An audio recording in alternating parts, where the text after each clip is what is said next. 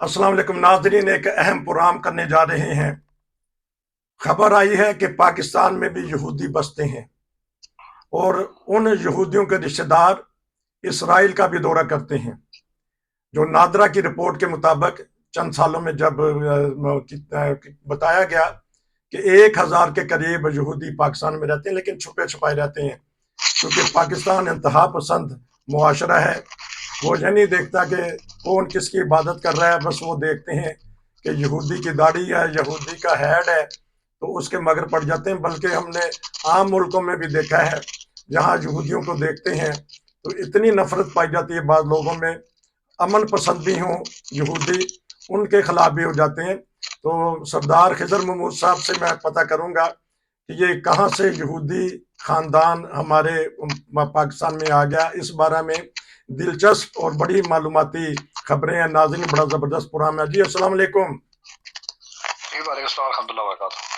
खबर चल रही है, आपने भी मुझे भेजी थी, पाकिस्तान में कुछ यहूदी भी रहते हैं और जो यहूदियों के खानदान भी रहते हैं, जो कि वो मुसलमान है। इस बारे में बताइएगा नाज़रीन को। देखिए, क्या है, पाकिस्तान के बाद तो बहुत सारे लोग थे यहाँ से हिजरत करके चले गए हैं, लेकिन अभी जो पिछली मरदमशुमारी थी उसमें कुछ 750 लोगों का जिक्र है। और कभी कभी आपने सुना होगा पाकिस्तान में बात बड़ी तसल्सल से हम सुनते हैं कि मस्जिद जो है वो फलां उसने हमारी तरह की मस्जिद बना सकता फलां नहीं। तो आपको कराची में अभी भी आपको जो है हमारे योधी जो है उनका वहां पे आपको मस्जिद भी मिल जाएगी, उसमें लफ्ज़ मस्जिद ही लिखा हुआ है। अच्छा। और मस्जिद ही लिखा हुआ है, तो कराची में मौजूद है, उनकी कब्रिस्तान में मौजूद है। 750 जो पिछली मरदमशुमारी हुई थी उसमें कहा गया कि पाकिस्तान में अभी भी मौजूद है। जहां तक स्पेसिफिकली आप इस तल्लक की बात कर रहे हैं, ये जो केस जो अभी जिसके मैंने भी खबर भेजी थी या सुनी थी, ये मीरपुर खास पे है। एक फैमिली है, मोहम्मद असलम नाम है उसका। तो उसने शादी की थी ईरान से। अच्छा। और ईरान से वो जो औरत शादी की थी, ईरानी मियाद थी, तो वो तो मुसलमान हुई होगी शायद, या जो भी होगा। लेकिन उसकी बच्ची जो थी वो बाद में वो वापस जब ईरान चली गई तो एक बच्ची उसकी जो है वो ये जो औरत थी जो शादी की थी वो बेसिक योधी मजहब की थी। अच्छा। तो बाद में उसकी बच्ची जो है, अपने हमारे लोगों को, बहुत सारे लोगों को नहीं पता होगा कि हमारे यहाँ पाकिस्तान में चूंकि आग लगाने के लिए, जलाओ गिराव के लिए या अच्छा पैदा करके कहा जाता है कि योधी तबलीग कर रहे हैं। हमारे बहुत सारे नाज़रीन जानते होंगे कि योधी तबलीग नहीं करते, योधी वही पैदा होता है जो बाई बर्थ पैदा हो या उसका बर्थ के साथ कोई ऐसा ताल्लुक हो तो वो हो सकता है। वो बच्ची जो उसकी माँ जो है वो योधी मजहब की थी, तो वो बच्ची योधी हो गई। उसके बाद उसका खावत भी पाकिस्तानी था। अच्छा। वो भी पाकिस्तान से माइग्रेट करके वहां चला गया, इजराइल चला गया। वहां उसने कारपेट का कारोबार शुरू कर दिया, कारपेट और इस तरह की कारोबार शुरू कर दिया। ये जो उसकी फैमिली थी ये पाकिस्तान से। अच्छा, मजे की बात है कि इनका तल्लुक जो है वो बरेलवी मसलक से और तहरीक लब्बैक से है। अच्छा। ये एक बड़ी बात नाज़रीन की इसलिए है कि उस इलाके के अंदर जो है बड़े अरसे से इंतजार चल रहा है, और लोगों को पाकिस्तान के अंदर तो बड़े आसानी होती है कि जी वो आप किसी को भी वो योधी नवाज या इसराइल नवाज या कह दे इसराइल गया हुआ था, तो उसके बाद फिर बाकी उसकी सारी जिंदगी जो है वो आपको आसानी होती है उसमें बात करने के लिए, और उसको अपने आप को जो वो डिफेंसिव रहने के लिए उसके लिए अलावा उसके पास सारा कुछ चलता है। ये फैमिली यहाँ से जाती रही है, यहाँ से श्रीलंका जाती रही है, कोरिया जाती है, कोरिया से वहां ये जो है वो बाय रोड जो है इजराइल जाते रहे हैं, और इनके पासपोर्ट पे भी योधी लिखा हुआ था। इसलिए जब ये जाते रहे उनको किसी ने रोक टोक नहीं की है। उसके बाद ये वहां से पैसे कमा के भेजते रहे, वहां इन्होंने जनरल स्टोर बनाया, इन्होंने कुछ पावर प्रॉपर्टी बनाई है।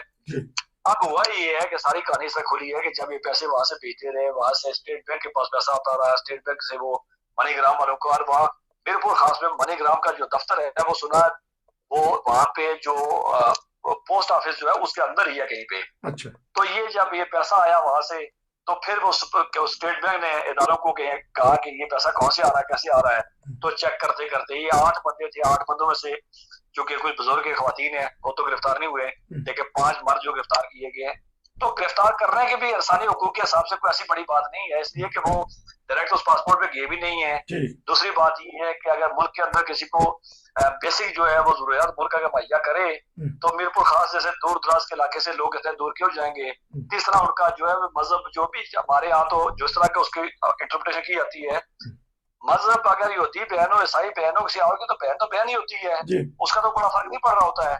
तो वो अगर बहन के पास जाते रहे, वहां मजदूरी करते रहे, तो गवर्नमेंट को ये देखना चाहिए कि किस वजह से मजदूरी कर रही है, कोई गलत काम नहीं किया गया, मजदूरी करके वो जायज तरीके से पैसा कमा के भेजते रहे हैं, तो फिर उसपे तो बहुत सारी चीजें इंसानी हकूक के इदारों को भी देखना चाहिए और हुकूमत को भी देखना चाहिए कि ये लोग अगर किए तो ये अगर कोई गलत काम किया उन्होंने बिल्कुल उस पर एक्शन बनता है, लेकिन अगर वो मजदूरी करके अपने बच्चों का पेट पालते रहे, वो यहाँ रहते, चोरी करते, शिकारी करते, कोई बर्शियात बेचते, कोई दो ददा करते, तो उससे भी तो मजदूरी करते रहे। और फिर मैं एक लफ्ज फिर कहूंगा कि हमारे मुल्क के अंदर कहा जाता है हमेशा, डायलॉग क्या था, वो कहा जाके बेटियां सच होती हैं, ताकि अगर उनकी बहन ऐसा होती थी उसके पास गए तो जुर्म कौन सा हुआ। अच्छा, ये बताइएगा कि वो पैसे भेजते रहे हैं, बरेलवी खानदान तहरीक लब्बैक से ताल्लुक निकला है उनका, उस पैसे का मुसर्रफ क्या करते रहे हैं, खुद सुनना है। पैसे में से बाकायदगी से चंदा जो है वहाँ लोग मस्जिद में चंदा दिया जाता रहा है। अच्छा। और चंदा मौलवी साहब को शायद मालूम भी होगा कि कहाँ गए हुए हैं। अच्छा। तो चंदा वो इसलिए कहते हैं कि वो जब केस आ रहा तो फिर कोई पूछता नहीं है। अच्छा। तो उन्होंने चंदा तो वो लेते रहे, मौलवी साहब चंदा लेते रहे और वो मस्जिद के निजाम जो उस चंदे से चलते रहे। तो ये गवारा कर लेगी पाकिस्तान के अवाम के इसराइल से पैसा आया यहूदी के कमाई से या यहूदी जराए से, तो वो एक मस्जिद में लगा दिया गया। असल में पाकिस्तानी अवाम का जो मामला है, पाकिस्तानी अवाम को जहाँ पे आप किसी ने कहा था कि ये पेड़ों का गला है जिसको जाग लेके जाया जाएगा, मैं आपने ये बात कर रही हूँ तो मुझे थोड़ा सा लंबी बात करनी पड़ जाएगी जी। पाकिस्तान के अंदर अब स्वीडन में कुरान पाक की नापाक साबित की उस बंदे ने, जो भी था इराकी ने याद आदमी था, उसने वहां पे किया। पाकिस्तान के हुक्मरान भी बोले, वज़ीर आज़म साहब ने कहा कि कल उन्होंने तकरीर करते हुए बड़ी परसों तकरीर की, उन्होंने कहा पाकिस्तान में कभी तो ऐसा मामला हुआ नहीं है, कभी बाइबल ही जलाएगी, लेकिन वो शायद भूल गए हैं कि पाकिस्तान में हजारों जो है वाकयात में बाइबल मुकद्दस को भी जलाया गया है, चर्चिस को जलाया गया है, चर्चिस के अंदर किताबों को जलाया गया है, और कितने ईसाई जो है वो भाई जो है वहां से भाग चुके हैं, वो कितने मुकदमात में फंसे हुए हैं। अब सारे झूठे मुकदमात होते हैं। अभी रिसेंटली खबर थी पिछले हफ्ते की कि एक और अपने लाहौर में इस्लाम कबूल नहीं किया, उसकी दोस्ती किसी मर्द के साथ उसने इस बारे से कत्ल कर दिया।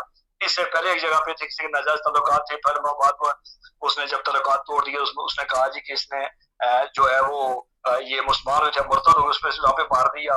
उसके बाद सलामत मसीह वाला केस आपको बड़ा मशहूर याद होगा। अच्छा, जहां तक तल्लक है इस तरह के मामला पे बोलना, हमारी कौम वहां बोलती है जहां उसको बुलवाया जाता है। इस्लामाबाद के अंदर रमना थाने में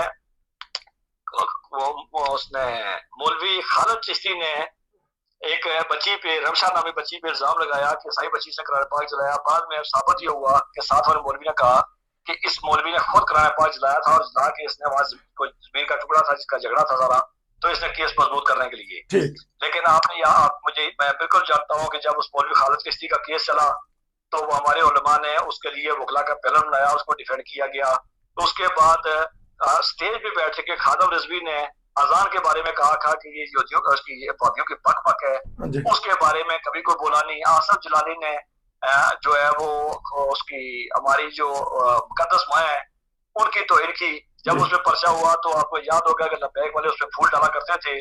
जनेद जमशेद की से बात हुई तो उसकी वजाहत जो है वो तारिक जमीर साहब करते थे। अच्छा, इस तरह के हजारों वाकयात अभी भी सोशल मीडिया में चल रहे हैं आपको, कि जहाँ पे वो कुरान पाक को जलाया जाता है लेकिन कभी वहां नहीं बोलेंगे। तो हमारी कौम को वहीं बोलेगी जहाँ इसका अगर एक मजहब मसले का मामला आ जाए तो फिर वो माफी काफी, और माफी भी वो जो किसी ने सुनी नहीं होती है, जिसने एक्शन लेना वही लोगों को बता रहा होता कि जिसको माफी हो गई है तो बस बात खत्म हो गई। अच्छा, अब ये बताइएगा कि ये इस खानदान के साथ क्या बर्ताव करेगी हुकूमत पाकिस्तान, और फिर जो इसराइल के जो यहूदियां आया आवाज इसके ऊपर उठाएंगे या बैन अल-अक़वामी यहूदी एक पावर में है आवाज उठाएंगे? मुझे बिल्कुल नहीं उसका पता, मुझे तो उसका नहीं मालूम कि वो जो जहाँ पे जो गरीब लोग थे वो एक बहन थी उसके पास जाके रहते हैं, इनका जाती मामला रहेगा। जहाँ तक रियासत पाकिस्तान का एक्शन क्या है, बतौर वकील मुझे भी उसमें कोई अंदाजा मालूम नहीं कि किस लॉ सेक्शन के तहत इनके खिलाफ कार्रवाई की गई है। हाँ, इतना लिखा गया है कि आप इस पासपोर्ट पे सफर नहीं कर सकते हैं। पासपोर्ट के हमारे पासपोर्ट दुनिया का हमारे पासपोर्ट है जिसपे मजहब का खाना भी बना हुआ है, दूसरा लिखा होगा पासपोर्ट नहीं जा सकते।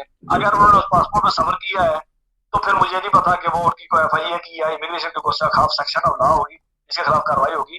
लेकिन कार्रवाई से बेहतर ये देखा जाए कि इन्होंने वहां जाके ऐसा को काम किया है जिसमें मुल्क की सालमियत को नुकसान पहुंचा है। क्योंकि बहुत सारे लोग जो है वो पाकिस्तान से गए भी हैं, और आपको याद होगा वो फजल रहमान ग्रुप के लोगों ने भी पिछले साल दावा किया था कि हम भी वहां से जाके चुके हुए हैं और सरकारी तौर पर जा चुके हैं। परवेज शरफ के दौर में भी रबते थे, उस्मान मुल्कों सबके, सऊदी अरब, तुर्की सबके तल्लुकात भी हैं, सबके स्वास्थ्य तल्लुकात भी हैं, सबके आपको याद होगा पिछले साल 16 अफराद का वफद जो है वो एक दूसरे के दौरे कर चुका है। जी तो इस सारे हालात में उस सिनेरियो में मिलकर इसको मिला के देखना पड़ेगा। जो इन्होंने किया तो वो उस पर देखा जाएगा कानूनी कायदे क्या थी, इन्होंने जुर्म क्या किया है।